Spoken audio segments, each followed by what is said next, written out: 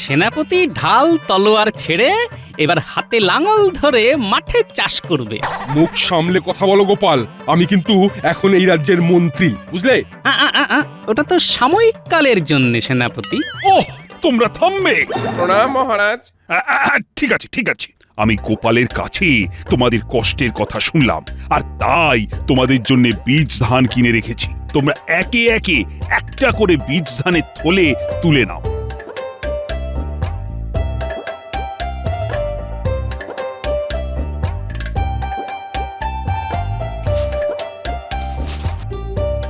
টাকার অভাবে এখনো বীজ ধান কিনতে পারলাম না, কি করা যায় বলো তো? সে কি, বর্ষা আসতে তো আর বেশি দিন বাকি নেই, তা কবে চাষ করা শুরু করবে? হ্যাঁ, তুমি তো বোঝো গোপাল দাদা, আমাদের অভাবের কথা বলতে বাকি নেই। আমাদের জন্য কি কিছু একটা ব্যবস্থা করা যায় না? অন্তত বীজ ধানটা যেন বুনতে পারি, একটু দেখো না গোপাল দাদা। ঠিক আছে ঠিক আছে, মহারাজকে আজকে গিয়েই বলবো, বুঝলে? আমাদের মহারাজ খুব ভালো মানুষ, উনি নিশ্চয়ই তোমাদের পক্ষেই রায় দেবেন। দূর দূর, গোপালের রাজসভায় দেরি করে আসাটা একটা অভ্যেসে দাঁড়িয়ে গেছে। হ্যাঁ মহারাজ, এটা আপনি একদম ঠিক কথা বলেছেন। একে তো মন্ত্রী 6 মাসের জন্য বিদেশে গেছে, তার উপর গোপাল নেই। আমার নিজেকে কিরকম দিশাহারা মনে হচ্ছে। মহারাজ, আমাদের মন্ত্রী মশাই তো রাজ্যের কল্যাণের স্বার্থেই বিদেশ গেছেন। উনি ফিরে আসলেই আবার সব ঠিক মতো হয়ে যাবে। মন্ত্রী ছাড়া রাজ্য চালানো যে কতটা কষ্টসাধ্য ব্যাপার, সে তুমি কি করে বুঝবে বলো তো সেনাপতি? এটা একদম ঠিক কথা বলেছেন মহারাজ। আমাদের সেনাপতিকে যাই বোঝান না কেন, মাথাতে তার কিছুই ঢুকবে না। ব্যায়াম করে করে শরীরের সাথে মাথাটাও মোটা হয়ে উঠেছে। তাহলে মহারাজ, বলছিলাম কি, ওই আমাকেও একবার তাহলে ওই মাথা ঘামানোর সুযোগ দিন, তাহলে আমিও দেখিয়ে দেব আমি কিরকম ওই ধুরন্ধর চতুর লোক। হ্যাঁ, ঠিক আছে সেনাপতি, তাহলে আমাদের মন্ত্রীর অবর্তমানে তোমাকেই আমি সাময়িক কালের জন্য মন্ত্রী ঘোষণা করলাম। এমনিতেও আমাদের রাজ্যে যুদ্ধ ঝামেলা তো কিছুই হয় না, তাই সেনাপতির তেমন কোনো কাজও নেই। হ্যাঁ, সেই জন্যে আজ থেকে সেনাপতি আমাদের সাময়িক মন্ত্রী। এ কি অলক্ষণে কথা শুনছি মহারাজ? আমাদের সেনাপতি সাময়িক মন্ত্রী? সেনাপতি মন্ত্রিত্বর কি বোঝে? এটা আমি স্বেচ্ছায় সেনাপতিকে মন্ত্রিত্ব পদে বসালাম, তোমার বলার কোনো অধিকার নেই গোপাল। একেই তো দেরি করে রাজসভায় এসেছে, তারপর আবার বড় বড় কথা বলছে। সে আপনি যা ভালো বোঝেন তাই করুন। আর প্রসঙ্গত বলে রাখি, আজকে আমি রাজসভায় আসার আগে আমাদের রাজ্যের চাষি ভাইদের সঙ্গে কথা বলছিলাম, ওরা বেশ বিপদে পড়েছে। কি বিপদ হয়েছে ওদের? মহারাজ, গত বছর তেমন ভালো ফলন হয়নি বলে ওদের তেমন ভালো রোজগারও হয়নি, তাই ওদের চাষ করার জন্য এবারে বীজ ধান কেনার খুব অসুবিধে হচ্ছে। আসলে শত হলেও ওরা খুবই গরিব তো। এই, তুমি কি বলতে চাও স্পষ্ট করে বলো দেখি। এই গরিব চাষিদের কষ্টের কথা আর কি স্পষ্ট করে বলবো মহারাজ? আমি এটাই বলতে চাই যে আমাদের রাজ্যের প্রজাদের যদি আপনি বীজ ধান কেনার টাকা দিয়ে সাহায্য করেন তাহলে খুব ভালো হয় মহারাজ। না না মহারাজ, সেটা কি করে সম্ভব? এমনিতেই বেশ কিছুদিন আগে নবাবকে খাজনা দিতে হয়েছে। রাজকোষের অবস্থা ভালো নয় মহারাজ। এখন যদি ওই রাজকোষ থেকে আবার বেশ কিছু টাকা বেরিয়ে যায় তাহলে সমস্যা হতে পারে। আর চাষিরা চাষ না করতে পারলে যে সারা কৃষ্ণনগরবাসীর সমস্যা হবে সেনাপতি। ধান না হলে লোকে খাবে কি? না না, দরকার হলে অন্য রাজ্য থেকে আমদানি করবে। এই আপনার এই গোবর পোড়া বুদ্ধির জন্যই আপনাকে সাময়িক মন্ত্রী করা মহারাজের একেবারেই উচিত হয়নি। কি বললে তুমি? আমার মাথায় গোবর পোড়া, আর তোমার মাথায় কি? হ্যাঁ, এই, তোমরা থামো তো। তখন থেকে কিচিরমিচির রাজসভাটাকে একটা মাছের বাজার বানিয়ে ফেলেছে একেবারে। শোনো, আমি কালকে সকালে আমাদের রাজ্যের সকল চাষিদের জন্য বীজ ধান কিনে রাখবো, আর তাদেরকে দলে দলে রাজসভায় ডেকে ওই বীজ ধান দেব। কি খুশি তো? ধন্যবাদ মহারাজ, আপনাকে অসংখ্য ধন্যবাদ। আর সেনাপতি ওরফে সাময়িক মন্ত্রী, বলুন মহারাজ। তুমি ঘোষককে দিয়ে রাজ্যে ওই বীজ ধান দেওয়ার কথাটা ঘোষণা করে দাও। যথাজ্ঞা মহারাজ।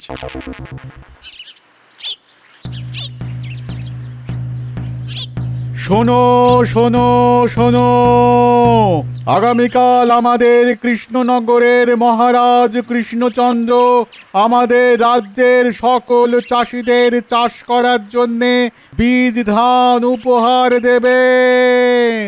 সবাই যেন সকাল সকাল রাজসভায় এসে বীজ ধান নিয়ে যায়। শোনো শোনো শোনো। উফ, গোপাল দাদা একেবারে সাক্ষাৎ ভগবান।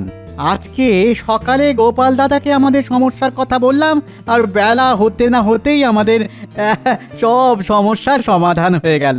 হ্যাঁ, কি বলো পুন্টির বাবা? হ্যাঁ, সত্যি গোপাল দাদার এই ঋণ আমরা কোনো দিন ভুলবো না।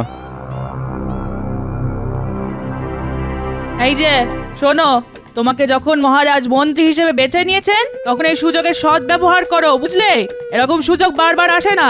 আর যাই করি না কেন, আমি গোপালকে ঠিক দেখে নেব। আমার মাথায় গোবর পোড়া, হ্যাঁ, আমার মাথায়। শোনো, তোমার মাথা ঠান্ডা করে কাজ করতে হবে। রাজ্যের চাষিরা গোপালের খুব কাছের লোক, তাই গোপাল ওদের কথা ভাববেই। তাই তোমাকে এমন কিছু করতে হবে যাতে সাপও মরবে আর লাঠিও ভাঙবে না। মানেটা খুব সোজা। আমাদের বিয়েতে আমার বাবা যে ধান জমিটা তোমায় যৌতুক হিসেবে দিয়েছিল ওটা তো ফাঁকাই পড়ে আছে। হ্যাঁ, তা তো আছেই। রাজসভার কাজের ঠেলায় ওদিকে আর মন দিতে পারিনি। এবার দেবে। শোনো, কালকে মহারাজ যখন সব চাষিদের বীজ ধান দেবেন তখন তুমিও বীজ ধান চাইবে, আর তারপর উহ, গিন্নি, তোমার কি বুদ্ধি গো! হ্যাঁ, ইচ্ছে করছে তোমার মাথাটা আমি ওই সোনা দিয়ে বাঁধিয়ে রাখি। তুমি একটু চেষ্টা করলে সেটাও হবে, কারণ এখন তুমি মন্ত্রী।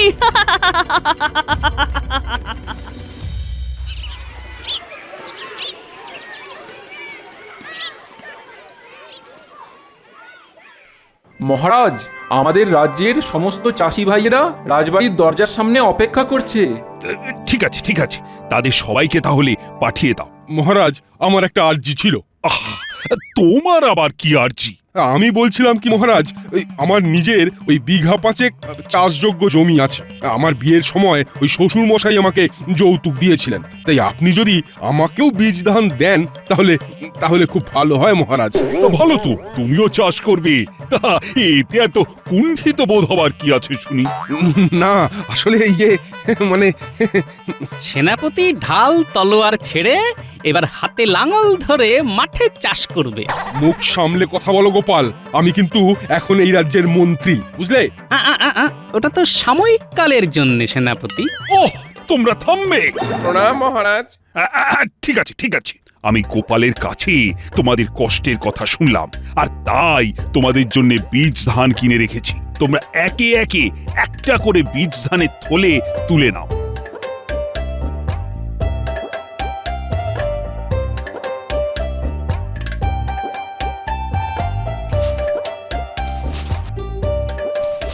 মহারাজ, তাহলে আমিও একটা নিলাম। হ্যাঁ, নাও।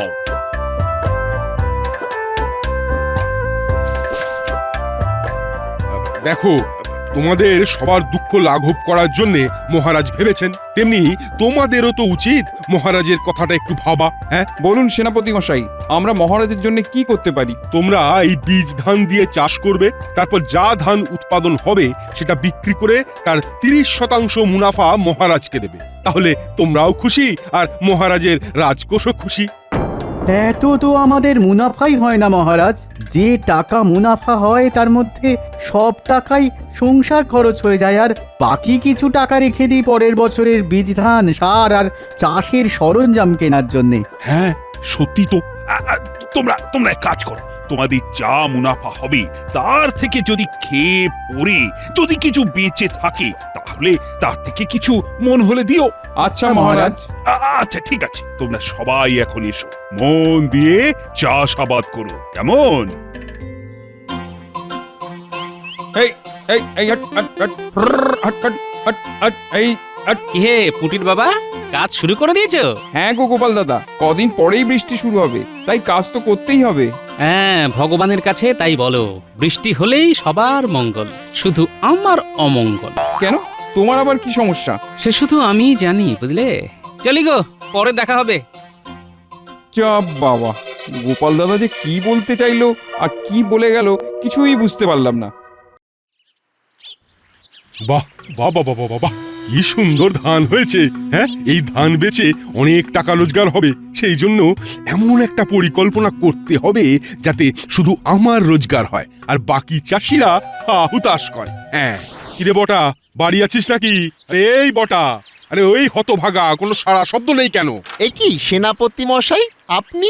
এই বিশ্বাস করুন, আমি চুরি চামারি কিচ্ছু করিনি।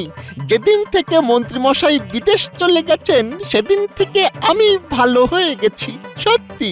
ওরে হতভাগা, অত ভয় পাওয়ার কিছু নেই। আমি তোকে মারধরও করবো না আর ধরেও নিয়ে যাব না। তাহলে কি করতে হবে সেনাপতি মশাই? শোন, এটা নিশ্চয়ই হয়তো শুনে থাকবি যে আমাদের রাজ্যের মন্ত্রী মশাই বেশ কিছুদিনের জন্য বিদেশ সফরে গেছেন, আর তার বদলে আমি এখন সাময়িক মন্ত্রী হয়েছি। হ্যাঁ, তা একটা কানাঘুষো খবর শুনছিলাম বটে। কানা ঘুষো না, এটাই সত্যি। আর এখন তুই আমার হয়ে কাজ করবি, বুঝলি? আর ঘটা? ওই বেটা শুধু নামেই ঘটা, কিন্তু ঘটে একটুও বুদ্ধি নেই। আর আমি ওই দল ভারী করতে চাই না, বুঝলি? তাই শুধু আমি তোকেই বেছে নিয়েছি। আচ্ছা, বলুন কি করতে হবে? এই নে, এটা ধর। এই থলে দুটোর মধ্যে কি আছে? কি আছে না আছে সেই নিয়ে বেশি মাথা ঘামাস না বাপ। তোকে কি করতে হবে সেইটা শোন। বলুন কি করতে হবে? শোন, আজ রাতে তুই এই থলের মধ্যে যে গুঁড়োটা আছে ওই আমাদের রাজ্যের সমস্ত চাষিদের জমিতে সেই গুঁড়োটা ছড়িয়ে দিবি। কিন্তু হ্যাঁ, ওই ভুল করেও আবার আমার চাষ করা জমিতে ছড়াবি না, বুঝলি? না না, তা কেন? আপনি যেখানে বলবেন সেখানেই ছড়াবো। আর শোন, আজকে গভীর রাতে তাহলে এই গুঁড়ো ছড়িয়ে দে। আর এই নে, এটাও ছড়াতে হবে? তোর ইচ্ছে হলে ছড়াবি। শোন, এতে বেশ কিছু টাকা আছে আর এটা তোর বকশিস। ও এটা ছড়াবো না, গুছিয়ে রাখবো। কি চুপচাপ কাজটা হবে তো? একদম সেনাপতি মশাই, এমন কাজ করব কাকপক্ষীতেও জানতে পারবে না। কাকপক্ষী জানবেও বা কি করে? তখন তো কাকেরাও ঘুমোবে।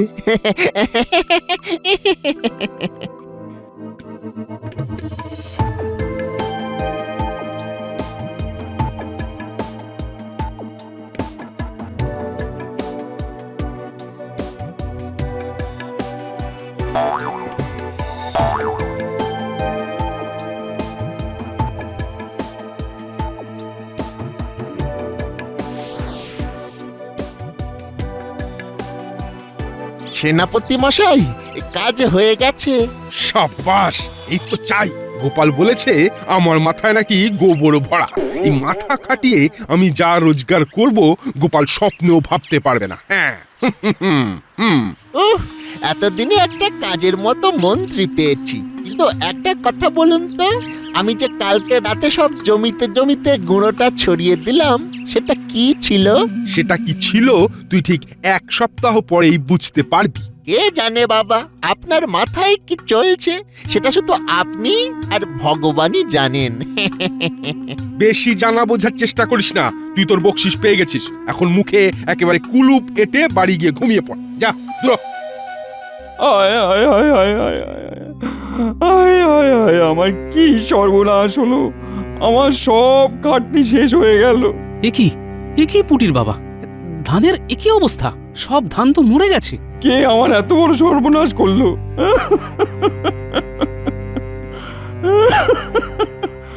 আয় আয় আয় আয় আয় আয়। শান্ত হও পুটির বাবা, শান্ত হও। আমারও সব ধান নষ্ট হয়ে গেছে গোপাল দাদা, সব ধান নষ্ট হয়ে গেছে।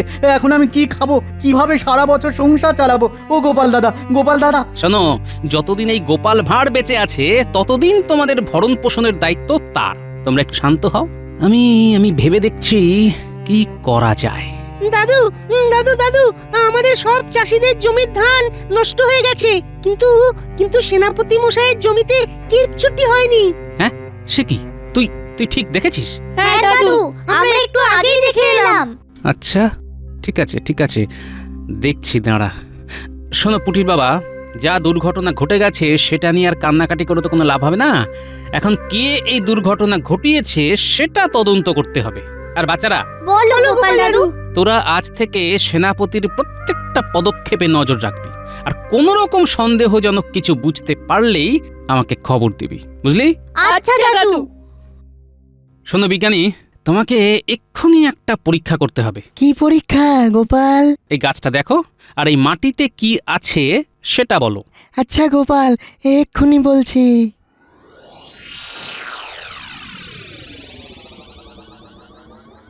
এ তো গোপাল রাসায়নিক বিষক্রিয়া।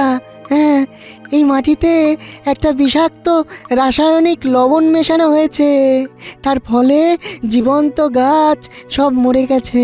শোনো বিজ্ঞানী, তুমি এর থেকেও একটা বিষাক্ত রাসায়নিক বানাও, যেটা ছড়ানোর ফলে জীবন্ত নয়, মৃত গাছও পচে যাবে। আচ্ছা আচ্ছা গোপাল, আমি আজই বানিয়ে রাতের মধ্যে তোমাকে দিয়ে দেব। এবার আমিও দেখব কত ধানে কত চাল। হাহ, রাজ্যের সাধারণ চাষিদের সর্বনাশ করে ভেবেছেন নিজে বড় লোক হবে না? হ্যাঁ, সেগুড়ে বালি।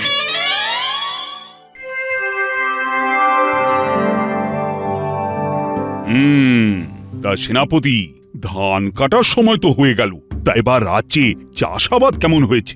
মহারাজ, চাষিদের ব্যাপার ঠিক বলতে পারবো না, কিন্তু কিন্তু হ্যাঁ, আমার জমিতে দারুণ ফলন হয়েছে।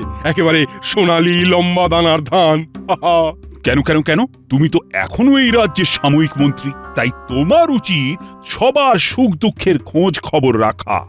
আসলে মহারাজ, আমি ওই নিজের জমির চাষের কাজে এতই ব্যস্ত ছিলাম, তাই অন্যদিকে নজর দিতে পারিনি। তা আপনি যখন বলছেন তখন দেব নজর দেব। মহারাজ, সেনাপতিরা নজর দিয়েও কোনো লাভ হবে না। নজর উনি আগেই দিয়েছেন। সমস্ত চাষিদের ধান মরে পচে গেছে, শুধু সেনাপতির জমির ধান ভালো আছে। এ যে ভারী অদ্ভুত ব্যাপার। এতে অদ্ভুতের কি আছে? হ্যাঁ, অদ্ভুতের কি আছে? ওরা ধানের যত্ন নিতে পারেনি, তাই ধান পচে গেছে। আমি যত্ন নিয়েছি, তাই ভালো আছে। হ্যাঁ, সেই জন্যে ওদের জমিতে বিষাক্ত লবণ পাওয়া গেল। তুমি তুমি কি বলতে চাইছো গোপাল? আমি ওই বিষাক্ত লবণ রাতের অন্ধকারে ছড়িয়েছি? হ্যাঁ, প্রমাণ করতে পারবে? তা পারবো কি পারবো না সেটা ভবিষ্যতই বলবে। এ তো ভারী মুশকিল হলো। চাষি ভাইয়েরা এখন খাবে কি? মহারাজ, আমি ওদের দায়িত্ব নিয়েছি। আপনি যদি কিছু সহযোগিতা করেন তাহলে সুবিধে হয়। হ্যাঁ, নিশ্চয়ই। চাষিদের বিপদের সময় এ তো আমার কর্তব্য। আর হ্যাঁ, তোমরা ঝগড়াটা থামাও। মহারাজ, আমি আপনাকে উপযুক্ত সময়ে সব প্রমাণ দিয়ে দেব। এখন শুধু সময়ের অপেক্ষা। এটা গোপাল ঠিক বুঝতে পেরেছে। এটা আমার কারসাজি। না না না না না না, আজ রাতের মধ্যেই সব ধান বাইরে চড়া দামে বিক্রি করতে হবে, নইলে বিপদ। শোন বটা, তোকে কালকে ভোরবেলার মধ্যেই সব ধান নিয়ে একজন বড় আড়তদারের কাছে চলে যেতে হবে। হ্যাঁ, আড়তদারের কাছে গিয়ে কি করব? ধানগুলো বিক্রি করবি। আমার সাথে ওনার কথা হয়ে গেছে, ভালো দাম দেবে বলেছে। সেই জন্যে আর বেশি দেরি করা চলবে না। আজকে রাতের মধ্যে আমি দুটো গরুর গাড়ি করে সব ধান বোঝাই করে রাখবো, আর তুই সব নিয়ে কালকে সকালে আড়তদারের কাছে জমা দিয়ে টাকা নিয়ে আমার কাছে চলে আসবি। এই নে আড়তদারের নাম আর ঠিকানা। আচ্ছা সেনাপতি মশাই। আর শোন, এই চাষিদের জমিতে যে সর্বনাশটা আমি করেছি সেটা গোপাল বুঝতে পেরেছে, তাই যা করা তাড়াতাড়ি করতে হবে, নইলে কিন্তু সমূহ বিপদ। আমি জানি তো এটা সেনাপতির কাজ। আমার অনুমান কখনো মিথ্যে হয় না। এখন শোন, তোদের কি করতে হবে। কি করতে হবে দাদু? এই জিনিসটা ধর। রাতে বটার বাড়ির সামনে যখন দেখবি গাড়িতে করে ধান বোঝাই করা থাকবে, তখন তোরা এটা চুপি চুপি গাড়ির ভেতরে ধানের মধ্যে ভালো করে ছড়িয়ে দিবি, আর তারপর দেখবি মজা। কি মজা হবে দাদু? সেটা দেখতেই পাবি। শুধু তোদের নজরদারিটা আর কয়েকদিন চালিয়ে যেতে হবে, আর আজকে রাতের কাজটা ঠিকঠাক করতে হবে, তাহলেই হবে। আচ্ছা দাদু।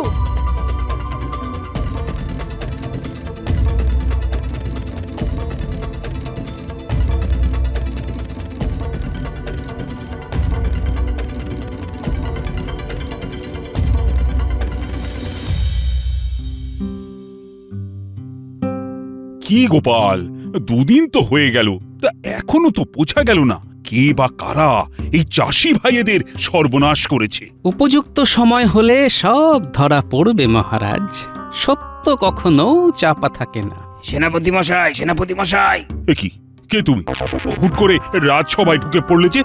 আমি একজন আড়তদার। সেনাপতি আমাকে ধান বিক্রি করেছিল, কিন্তু ধানগুলো সব পচে গেছে। সেনাপতি আমার সঙ্গে বেইমানি করেছে।